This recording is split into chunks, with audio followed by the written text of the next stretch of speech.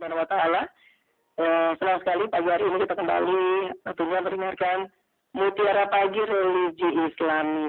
Tentunya pagi hari ini yang mungkin lagi mendengarkan siaran kami baik yang dari Kabupaten Tautoli, Bual dan juga Parigi Mutong.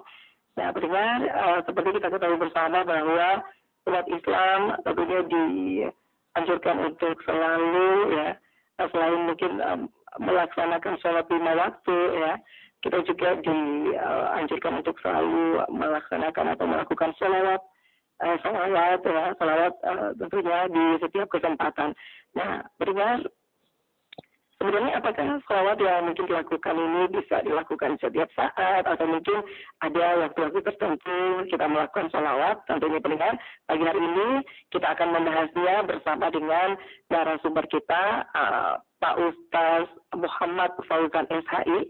Beliau ini mubalik sekaligus juga penyuluh agama Islam Kabupaten Parigi Mutong. Dan nanti dalam perbincangan ini juga ada bisa bertanya di line telepon kami ya, bisa melalui WhatsApp dan juga bisa line teleponnya 082194830965. Baik pendengar, pagi hari ini saya sudah bersama dengan narasumber kita yaitu Ustaz Muhammad Fauzan SHI. Assalamualaikum Pak Ustaz. Assalamualaikum. Alhamdulillah sehat Pak Ustaz ya. Alhamdulillah, walaupun demam-demam sedikit, insyaallah. Insyaallah bisa sehat kembali Pak Ustaz ya. Nah Pak Ustaz, ini kalau kita berbicara tentang keutamaan sholawat. Nah dalam Islam sendiri seperti apa nih Pak Ustaz keutamaan sholawat? Tafadhol Pak Ustaz. Bismillahirrahmanirrahim. Assalamualaikum warahmatullahi wabarakatuh. Alhamdulillah wassalatu wassalamu ala Rasulillah. Subhanaka la ilma lana illa ma 'allamtana innaka antal alimul hakim. Rabbi shrah li sadri wa yassir li amri wahlul 'uqdatam min lisani yafqahu qawli. Rabbana zidna ilma warzuqna fahman.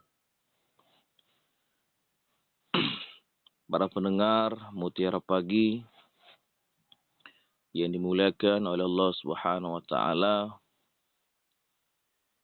pada kesempatan kali ini Allah Ta'ala berikan kita kesehatan, keafiatan, kesempatan mendengarkan kajian wabil khusus tentang keutamaan sholawat, di mana kita mengutip sebuah ayat dari surah Al-Ahzab ayat 56. A'udzu billahi minasyaitonir rajim. Bismillahirrahmanirrahim. Innallaha wa malaikatahu yusholluna 'alan nabi. Ya ayyuhalladzina amanu shallu 'alaihi wa sallimu taslima. Yang artinya, sesungguhnya Allah dan para malaikat-malaikatnya itu bersalawat kepada Nabi. Wahai orang-orang yang beriman, bersalawatlah kalian ke atas Nabi dan kirimkanlah salam ke atas beliau.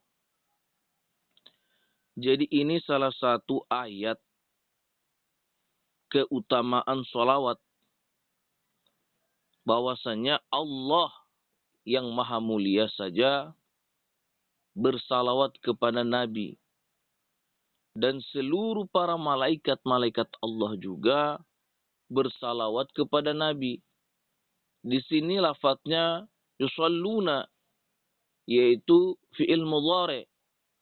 Kalau mungkin dalam bahasa Inggris present tense. Itu dimaknai oleh ulama, maknanya makna hal. Maksudnya yusalluna, Allah dan para malaikat itu senantiasa. Bukan hanya sekali, 2 kali, 10 kali, tetapi senantiasa selalu bersalawat kepada Nabi Muhammad sallallahu alaihi wasallam. Kalaulah Allah dan para malaikat selalu bersalawat kepada Nabi, maka terlebih lagi kita adalah sebagai manusia, khususnya umatnya. Kita diperintahkan Ya ayyuhalladzina amanu, wahai orang yang beriman, sallu alaihi, senantiasa bersalawat kepadanya. Disampaikan oleh ulama, wal ahadits fi fadliha wal amri biha aktsar. Jadi hadis-hadis tentang fadilah, keutamaan, manfaat, keuntungan, dan perintah bersalawat itu sangat banyak. Di antaranya kita mengutip satu hadis dalam kitab Sahih Muslim dari Abdullah bin Amr bin As. Beliau pernah mendengar Rasulullah Shallallahu Alaihi Wasallam bersabda, kata Nabi, man shalla alayya salatan, sallallahu alaihi biha asyran.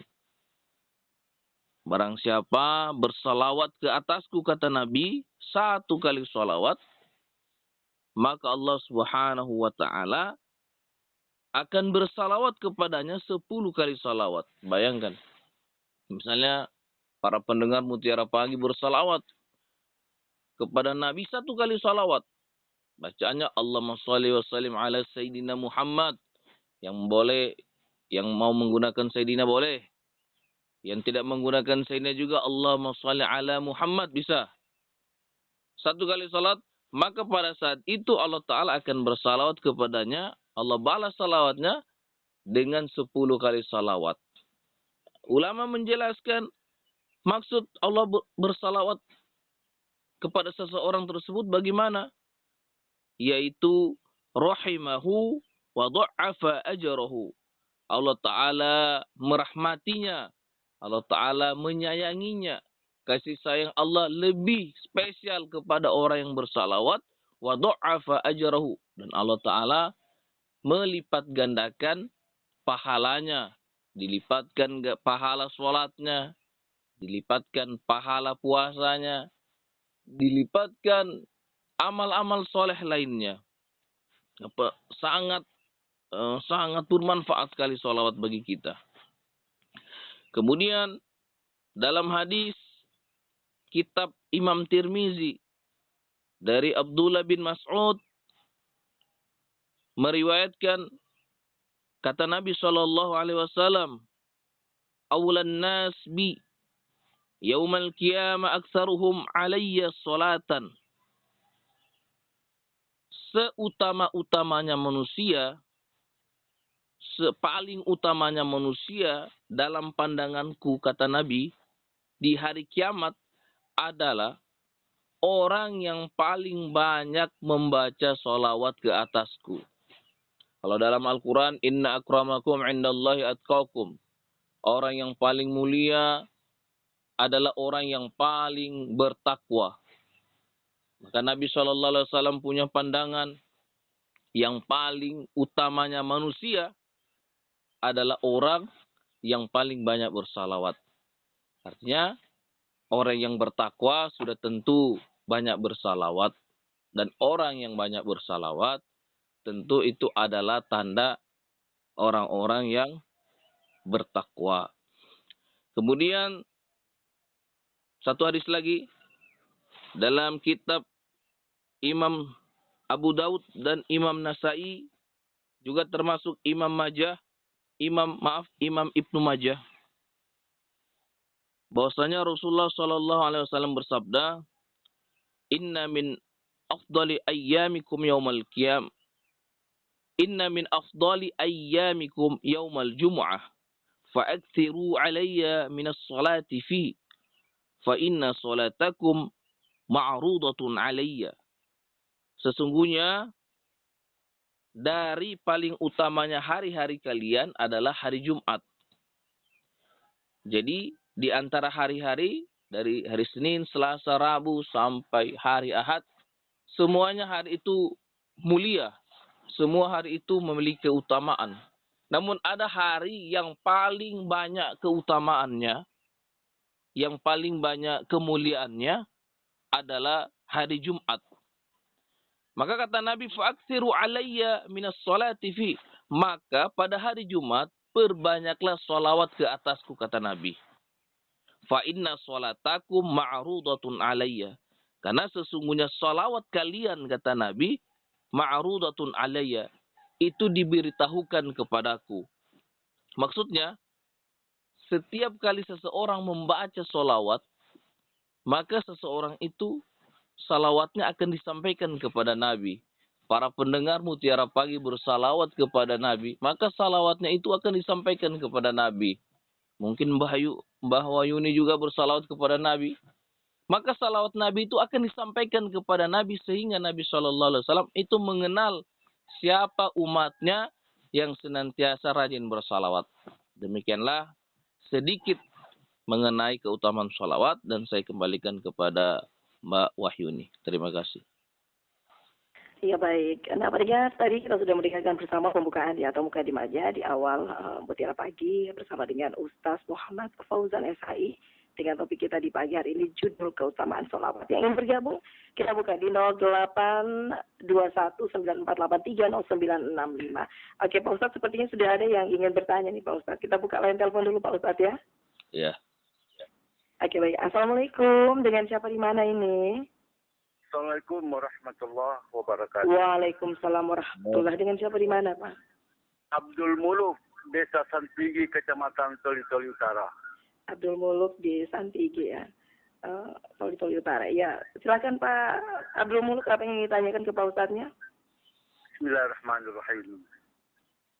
Saya ingin bertanya, yang pertama, apa arti sholawat? Yang kedua, tadi saya dengar ayat bahwa Allah itu bersalawat kepada Rasulullah. Dan apa bunyi salawatnya? Dan ketiga, ada juga malaikat yang bersalawat kepada Rasulullah. Dan bunyinya apa juga? Nah, ini perlu dijelaskan. Assalamualaikum warahmatullahi wabarakatuh. Waalaikumsalam warahmatullahi wabarakatuh. Iya, Pak Ustadz, mungkin bisa langsung dijawab, Pak Ustadz. Kayaknya 3 pertanyaan ini. Ini dari Pak Abdul Muluk di Santigi, Toli-Toli Utara. Yang pertama katanya apa arti sholawat, terus yang kedua katanya beliau mendengar ada hadis yang mengatakan bahwa Allah bersalawat. Apa katanya arti sholawat tersebut, terus juga sholawat malaikat ya, katanya juga apa arti salawat yang malaikat sampaikan begitu Pak Ustadz, atau yang malaikat ucapkan gitu Pak Ustadz. Ya, Pak Ustadz mungkin langsung dijawab. Oke, bismillah kepada Abdul Muluk yang saya hormati. Ini mungkin pertanyaan ada pertanyaan saya jawab sebagai saya. Yang pertama, sholawat secara sama dengan sholat, artinya doa. Itu secara bahasa. Namun ada beberapa perbedaan antara sholawat kita kepada Nabi, sholawat Allah kepada Nabi, sholawat malaikat kepada Nabi. Walaupun kita sama-sama bersalawat kepada Nabi, namun maknanya dibedakan, dijelaskan oleh para alim ulama. Kalau kita bersalawat kepada Nabi, Allahumma shalli wa sallim ala sayyidina Muhammad, seolah-olah kita berdoa kepada Nabi, ya Allah. Berdoa kita kepada Allah untuk Nabi, ya Allah rahmatilah Nabi Muhammad. Ya Allah ampunilah Nabi Muhammad. Padahal Nabi Muhammad SAW sedikit pun tidak butuh dengan salawat yang kita baca, dengan kita baca mohon ampun kepada Allah, kepada Nabi Muhammad, untuk Nabi Muhammad. Sebab Nabi Muhammad adalah manusia yang maksum, terpelihara dari dosa. Kita mau bilang ampuni Nabi Muhammad SAW itu maksum dari dosa. Kita mau minta ya Allah rahmatilah Nabi Muhammad, Allah Ta'ala senantiasa merahmati Nabi Muhammad SAW. Dari dulu, sekarang, sampai ke depannya, Allah Ta'ala senantiasa merahmati. Maka salawat seseorang yang ia baca untuk kepada Nabi itu feedback atau kembali kepada dirinya. Dalam salawat meminta ampun kepada Allah untuk Nabi, maka itu kembali kepada kita. Sehingga dalam satu hadis, man shalla alayya salatan wahidatan, siapa yang bersalat kepadaku 1 kali salawat, kata Nabi, sallallahu alaihi isyra salawatin, Allah Ta'ala akan bersalat kepadanya 10 kali salawat. Artinya Allah Ta'ala akan memberi rahmat kepadanya, memberi rahmat dan mengkali lipatkan. Kemudian dinaikkan dia 10 derajat Wa rufi'at anhu 10 darajatin, dinaikkan dia 10 derajat. Wa khuttat anhu 10 khotoyatin, diampuni dosanya dengan 10 dosa diampuni. Nah, adapun salawat para malaikat juga bermakna memohon ampunan dan rahmat kepada Nabi. Dan salawat Allah kepada Nabi yaitu memberi rahmat dan memberi ampunan kepada Nabi. Sekalipun Nabi sebenarnya pada hakikatnya Nabi tidak punya dosa sama sekali. Artinya Nabi SAW adalah manusia yang suci tanpa dosa dan senantiasa mendapatkan rahmat oleh Allah Subhanahu wa taala. Kemudian adapun bacaan Allah, bacaan salat Allah, bacaan salat malaikat kepada Nabi, saya pribadi belum menemukan ibarat bagaimana salat Allah kepada Nabi. Apakah sama salawat kita lafaz Allahumma shalli ala sayyidina Muhammad? Karena secara zahir ayat saja Allah Ta'ala dan para malaikat itu bersalawat. Sama halnya dalam satu hadis disebutkan Allah Ta'ala juga pernah tersenyum kepada seorang sahabat. Nah, kita tidak bisa menggambarkan senyum Allah itu seperti apa. Namun ini adalah batasan keilmuan saya. Saya mohon maaf kepada Bapak Abdul Muluk.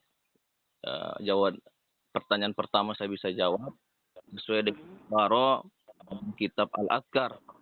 Adapun yang kedua, bagaimana salawat Allah dan salawat malaikat kepada Nabi, apakah sama lafaz Allah Sayyidina Muhammad? Yang jelas salawat kita seperti itu. Allahumma shalli dan seterusnya dengan berbagai salawat yang kita ketahui. Wallahu a'lam bishawab. Iya baik, Pak Bubuk tadi disampaikan ya tadi jawaban dari Pak Ustadz. Dan Pak Ustadz ini kalau berbicara tentang salawat nih Pak Ustadz, sebenarnya apa tujuan yang terkandung lah dalam bacaan salawat bagi manusia yang membacanya nih atau bagi kita manusia yang membacanya nih Pak Ustadz? Jadi ada satu hadis, ada beberapa hadis yang kita kutip tadi. Banyak manfaat yang tadi kita baca ya. Di antaranya juga kata Nabi SAW, la taj'alu qabri 'idan wa sallu 'alayya fa inna salatakum tablughuni haitsu kuntum. Jangan kalian menjadikan kuburku sebagai hari raya. Maksudnya, kata al-ulama, al-hadisu yadullu 'ala al-hasi 'ala kasratiz ziyarah la 'ala man'ihad. Hadis ini menunjukkan agar senantiasa memperbanyak ziarah kepada makam Nabi. Mungkin bagi kita yang mampu diberikan kemampuan ke Masjid Nabawi, ke Madinah, bukan hanya sekali dua kali berziarah kepada Nabi, tetapi kasratus ziarah, memperbanyak ziarah kepada Nabi SAW. Karena kita belum mampu atau tidak ada kemampuan, kita banyak bersalawat kepada Nabi. Iya, Pak Ustadz ditahan dulu Pak Ustadz. Ada yang ingin bergabung, kita coba terima penelpon dulu Pak Ustadz. Penjelasannya. Iya baik Pak Ustadz, ada yang ingin bergabung, kita terima penelpon dulu Pak Ustadz ya. Oke, Assalamualaikum. Iya, dengan siapa di mana ini dulu Pak? Iya Pak Kendi. Oke, Pak Kendi di Kelurahan Nalo. Ya, silakan Pak Kendi, apa yang ingin ditanyakan oleh Pak Ustadz kepada Pak Ustadz, silakan. Terima kasih Ibu Wahyuni. Assalamualaikum Pak Ustadz. Assalamualaikum Pak. Pak Ustadz, itu lafaz sholawat beda-beda ya. Sering saya dengar itu kalau khutbah membaca Allahumma shalli ala sayyidina Muhammad wa ala ali sayyidina Muhammad. Ada juga yang membaca Allahumma shalli ala Muhammad wa ala ali Muhammad dan seterusnya. Dan masih ada lagi yang saya lupa seperti apa. Pertanyaannya saya Ustaz, saya ini awam tentang sholawat. Yang mana yang saya harus ikuti Pak Ustaz? Mohon penjelasannya. Makasih. Assalamualaikum warahmatullahi wabarakatuh. Waalaikumsalam warahmatullahi wabarakatuh. Pak Kedi di Nalu, Pak Ustadz. Ya, mungkin langsung ditanya, bisa ditangkap pertanyaannya Pak Ustadz. Katanya ini lafaz salawat itu kadang beda-beda. Tadi Pak Ustadz kadang-kadang didengar katanya beda-beda. Ada yang menggunakan Allahumma sholli sayyidina Muhammad, ada yang cuma mengucapkan saja Allahumma sholli ala Muhammad tanpa sayyidina. Pak Ustadz. Tapi sepertinya ada yang ingin bergabung. Bagaimana Pak Ustadz? Dijawab dulu atau kita terima penelpon selanjutnya dulu Pak Ustadz? Saya dulu, nanti Mbak Wayuni yang buat. Oke, baik. Kita lagi pertanyaan. Iya, baik Pak Ustadz. Oke, kalau gitu kita terima penelpon selanjutnya. Assalamualaikum. Iya, assalamualaikum, dengan Pak siapa di mana ini Pak? Iya, dengan Mbak Wahyuni, Pak Ustadz, Pak Iskandar di Desa Lalos, Dusun Konstasi, Kecamatan Galang. Oke, wah lengkap ini Pak Iskandar di Lalos ya, Lalos Kecamatan Galang. Iya, silakan Iya. Pak. Saya memang penggemar RRI dari dulu, cuma dari Kalimantan Timur baru-baru ini di KN, saya pulang kurang lebih 1 bulan. Oke, baik. Silakan. Jadi Mbak Wahyuni dan Pak Ustadz, sama sepakat dengan Pak Kenny tadi, begini. Saya ini kan termasuk juga pernah menjabat di sini aparat desa, RT dan Sari sampai sekarang. Jadi saya tanyakan itu sama dengan Pak Kenny tadi. Ada sering Imam toh, dia mengatakan begini. Allahumma salli ala Sayyidina Muhammad wa ala ali Sayyidina Muhammad. Ada juga yang sering Allahumma salli ala Muhammad wa ala ali Muhammad. Jadi yang mana sama-sama kebenar itu Pak Ustaz, kedua-duanya itu. Terima kasih. Wassalamualaikum warahmatullahi wabarakatuh. Waalaikumsalam warahmatullahi wabarakatuh. Kayaknya ini pertanyaannya kurang lebih ya Pak Kedi sama Pak Iskandar nih Pak Ustaz. Yang mana yang harus diikuti nih Pak Ustaz? Yang pakai Sayyidina Muhammad atau yang langsung Allahumma salli ala Muhammad nih? Apa dulu Pak Ustaz? Ya, baik. Ini kan pertanyaan pakai Sayyidina atau tidak. Pertama, kita menggunakan Sayyidina atau tidak itu sama. Itu sama. Boleh pakai Sayyidina, boleh pakai tidak. Namun, dalam redaksi hadis, senantiasa salawat itu memang tanpa ada Sayyidina. Misalnya Allahumma sholli ala Muhammad, sallallahu ala Muhammad, dan seterusnya. Namun alim ulama kita, wabil khusus yang bermazhab Syafi'i, wabil khusus lagi kalau di Sulawesi Tengah ini, secara umum, apalagi backgroundnya mungkin Nahdlatul Ulama atau Al-Khairat, secara umum menggunakan Sayyidina. Terus dari mana lafaz Sayyidina itu sementara redaksi yang diajarkan itu nggak ada Sayyidinanya. Maka dalam satu hadis kata Nabi SAW, Ana Sayyidu Bani Adam Yaumal Qiyamah. Saya adalah Sayyidnya Sayyidnya Bani Adam, keturunan Adam pada hari kiamat. Jadi Nabi sendiri yang mengakui bahwa saya Nabi Sayyid. Dalam Al-Quran disebutkan Nabi Yahya juga Sayyid wa hasura wa nabiyya. Seorang Sayyid. Maka alim ulama kebanyakan dari mazhab Syafi'iyah yang kami kutip juga dalam kitab Fathul Mu'in, itu kita disunahkan menambah, dianjurkan, disunahkan menambah lafaz Sayyid. Allahumma sholli ala Sayyidina Muhammad. Sebagai bentuk takzim kita, penghormatan kita kepada Nabi. Adapun orang yang membaca salawat Allahumma sholli ala Muhammad tanpa Sayyid, itu tidaklah bermasalah. Karena memang secara redaksi atau secara tulisan hadisnya begitu. Tanpa Sayyidina. Namun kita dianjurkan ulama itu menambahkan Sayyidina sebagai bentuk ihtiram kita, takrim kita, memuliakan kita kepada Nabi. Seolah-olah kita ya nggak mungkin lah kalau nama ayah kita, misalnya nama ayah kita Abdullah, kita panggil Abdullah. Tentu ada lafaz Bapak Abdullah seperti itu. Jadi lebih ingin takzimnya saja. Demikianlah Mbak Wayuni. Wallahu a'lam bishawab. Oke, baik. Jadi takzimnya saja ya Pak Ustadz ya? Iya. Oke, jadi mau pakai Allahumma sholli ala Sayyidina Muhammad ataupun Allahumma sholli ala Muhammad itu sama saja ya Pak Ustadz ya? Sama, cuma iya, baik. Ulama Syafi'i mengajarkan kita menambahkan Sayyid. Oke, baik. Silakan yang ingin bergabung, kita masih buka line teleponnya dan juga WhatsApp-nya di 0821 94830965. Nomor yang sama ya, pendengar, bisa melalui WhatsApp, bisa juga line teleponnya. Nah, ini yang sudah bergabung melalui WhatsApp ini Pak Ustadz. Assalamualaikum Pak Ustadz. Ini Pak Ustadz, kapan saja setiap umat muslim itu melakukan sholawat? Apakah bisa setiap saat atau sebelum dan sesudah sholat dan sebagainya? Ini dari Kang Ijar ini Pak Ustadz. Ya, Pak Fadil Pak Ustadz, langsung dijawab mungkin. Iya, barusan ada pertanyaan kedua dan ketiga, kan saya baca.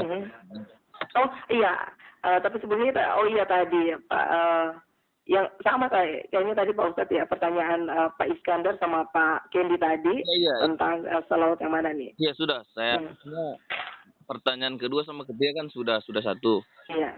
Kemudian pertanyaan empat kan, kapan kita salawat? Jadi ada hubungan pertanyaan keempat yang saya baca sebelum yang kedua yang saya katakan la tajaluk, jangan kamu menjadikan kuburku dua saja. Sambungan waktu adanya. Maka kata Nabi, bersalawatlah kalian kepadaku. Fa inna salatakum tablughuni haitsu kuntum. Karena sesungguhnya salawat kalian itu sampai kepadaku haitsu kuntum, di mana saja kalian berada. Pertama, membaca salawat kata Nabi haitsu kuntum, di mana saja kalian berada. Tidak mesti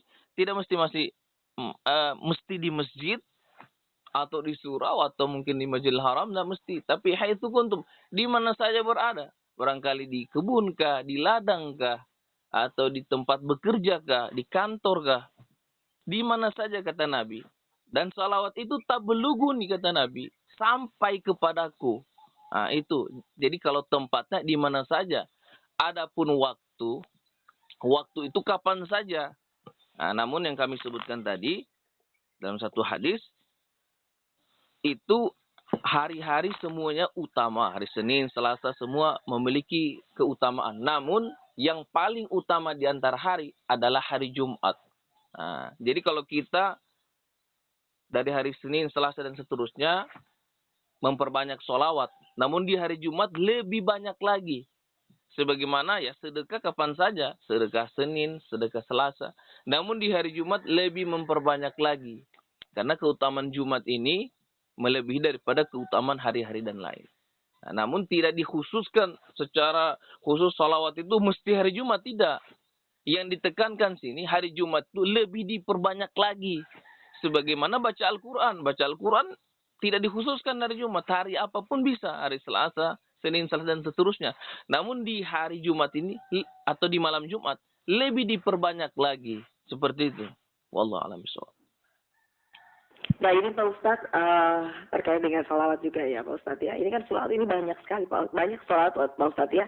Ada, saya pernah dengar itu namanya sholawat Fatih, sholawat Naria. Nah ini Pak Ustadz sebenarnya sholawat mana yang paling dianjurkan di Pak Ustadz, yang sering harus kita lafazkan di lisan kita di Pak Ustadz?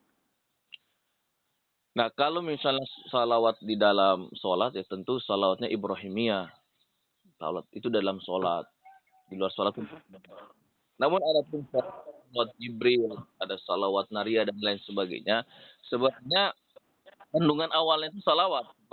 Salawat Naria, Allahumma sholli sholatan kamilatan wa sallim salaman. Ini lafaz salawat. Adapun seterusnya, alladzi tanhalu bihil uqat wa tanhalu bihil qurabu wa tuqbilu hiju wa tunalu bihil rabibu wa hum khawatim tasqal ghamam dan seterusnya. Ini adalah pertama pujian terhadap Nabi. Pujian terhadap Nabi. Ini adalah kisah atau riwayat Nabi. Jadi dalamnya ada sirah. Sebenarnya di situ. Kenapa Nabi tanhalu bil uqat? Kenapa Nabi watan farjubihin? Yang insya Allah nanti mungkin kapan pribadi ada jadwal lagi dan saya jelas mengenai salawat Maria. Yang jelas salawat itu pada pembukaan saja itu salawat dan seterusnya itu pujian terhadap Nabi. Makanya seperti Barzanji Itu salawat. Sebagian adalah Nabi. Apakah boleh kita Nabi? Bukan boleh. Kita anjurkan dalam Al-Quran pujiannya kepada Nabi. Di antaranya Nabi SAW fi ahsani taqdim. Paling utama-utamanya, paling baiknya makhluk. Seperti itu, wallahu a'lam. Nah, ini kadang-kadang orang katakan boleh tidak Pak Ustadz bersalawat itu dalam hati saja. Kalau memang boleh nih, yang mana yang lebih besar pahalanya nih Pak Ustadz? Apakah salawat dalam hati atau salawat yang dikeluarkan melalui lisan nih Pak Ustadz?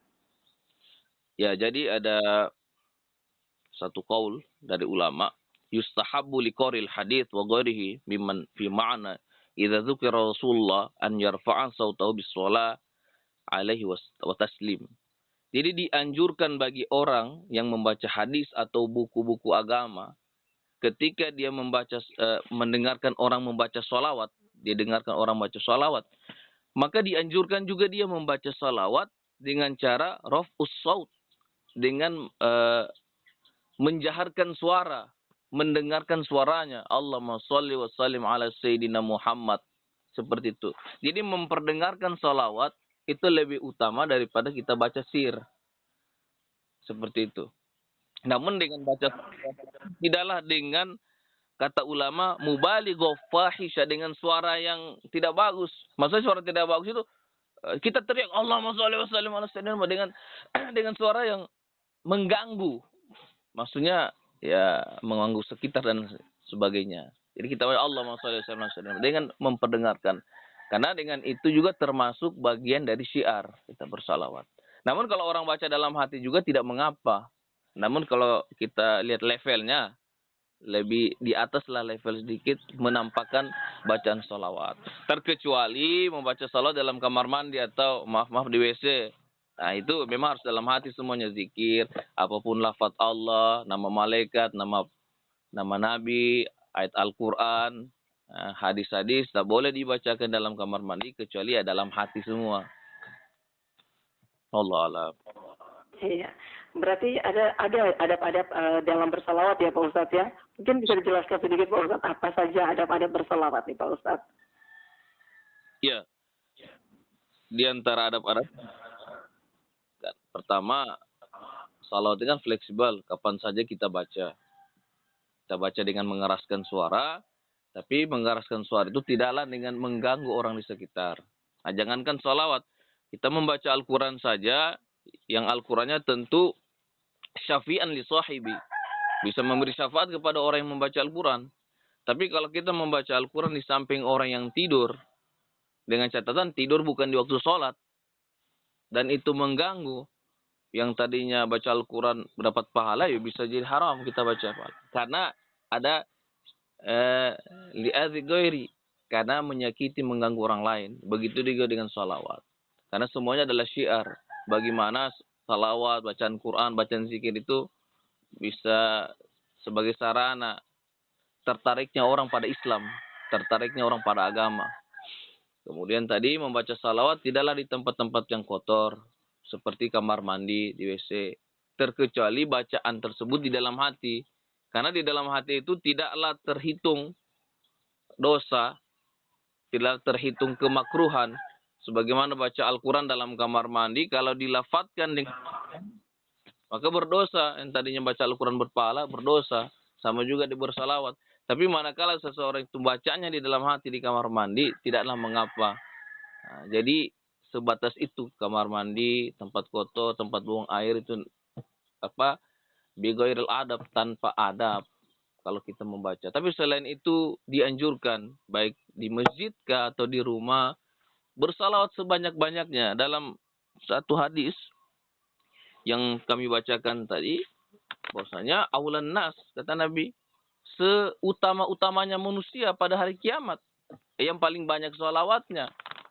Jadi berapa banyak sholawat tidak dibatasi. Apakah setiap hari 100 kah? Setiap hari 1000 kah? Setiap hari 10.000 kah? Sekemampuan diri pribadi masing-masing. Wallahu a'lam bishawab. Iya.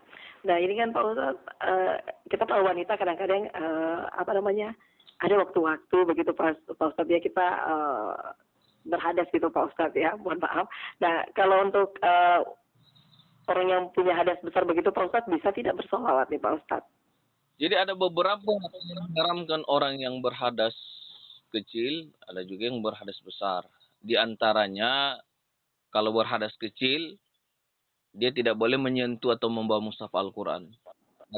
Kalau dia berhadas besar, bukan hanya tidak boleh menyentuh, tapi tidak boleh dia membaca Al-Quran. Orang berhadas kecil membaca Al-Quran dengan catatan tidak. Orang berhadas besar tidak boleh dia lafazkan membaca Al-Quran. Tapi kalau salawat atau zikir ataupun doa itu sama. Baik dia berhadas kecil maupun dia berhadas besar. Maaf kalau perempuan dia datang bulan, boleh saja membaca salawat sebanyak-banyaknya.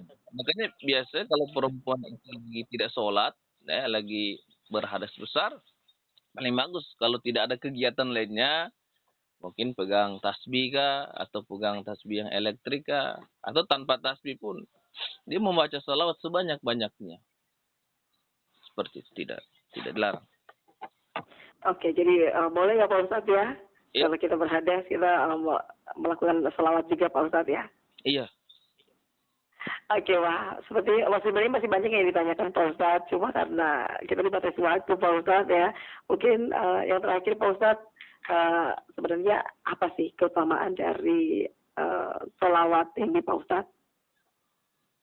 Sekaligus mungkin closing statement Pak Ustadz. Ya, mungkin selain tadi hadis tentang sebagian keutamaan membaca salawat, saya membacakan satu hadis mengenai orang yang tidak mau membaca salawat. Nah, kalau tadi ada keutamaan, ini sedikit ancaman lah kepada orang yang tidak mau membaca salawat. Namun sebelum saya membaca hadis, pertama saya akan ucapkan kepada para pendengar, khususnya kepada para penanya, bahwasanya apa yang saya sampaikan jika benar, itu dari Allah Subhanahu wa Ta'ala.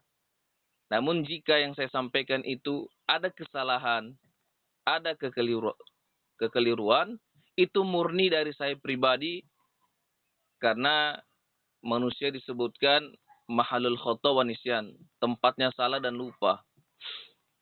Bismillahirrahmanirrahim. Wa rawayna fi kitab at-Tirmizi an Ali radhiyallahu anhu qala qala Rasulullah sallallahu alaihi wasallam al-bakhilu man dzukirtu indahu falam yusalli alayya. Jadi dalam kitab At-Tirmizi diriwayatkan oleh sahabat Ali bin Abi Thalib bahwasanya Rasulullah sallallahu alaihi wasallam bersabda, orang yang paling bakhil, yang paling pelit adalah orang yang apabila disebutkan namaku, disebutkan nama Nabi Muhammad, falam yusalli alayya, dia tidak bersalawat kepada Nabi. Jadi apabila nama Nabi kita dengar disebutkan, mungkin dalam azan wa asyhadu anna Muhammadar Rasulullah, atau dalam bacaan hadis disebutkan nama Nabi, atau ketika mendengarkan ceramah disebutkan nama Nabi Muhammad, seseorang itu enggan bersalawat kepada Nabi, maka disebutkan al-bakhil, orang yang paling bakhil atau paling pelit. Wallahu a'lam bishawab. Subhanakallah wa bihamdi asyhadu an la ilaha illa anta astaghfiruka wa atubu ilaik. Assalamualaikum warahmatullahi wabarakatuh. Waalaikumsalam warahmatullahi wabarakatuh. Terima kasih Pak Ustadz sudah mengisi Mutiara Pagi Religi Islami pagi hari ini dengan topik keutamaan sholawat. Dan tentunya pendengar, semoga apa yang sudah disampaikan oleh Pak Ustadz tadi ya tentunya bisa menjadi satu pembelajaran juga untuk kita, dan ini merupakan ilmu ya, ilmu juga untuk kita yang lagi mendengarkan siaran ini. Sekali lagi terima kasih Pak Ustadz untuk pagi hari ini sudah meluangkan waktunya mengisi Mutiara Pagi. Selamat beraktivitas kembali Pak Ustadz. Assalamualaikum warahmatullahi wabarakatuh. Waalaikumsalam warahmatullahi wabarakatuh.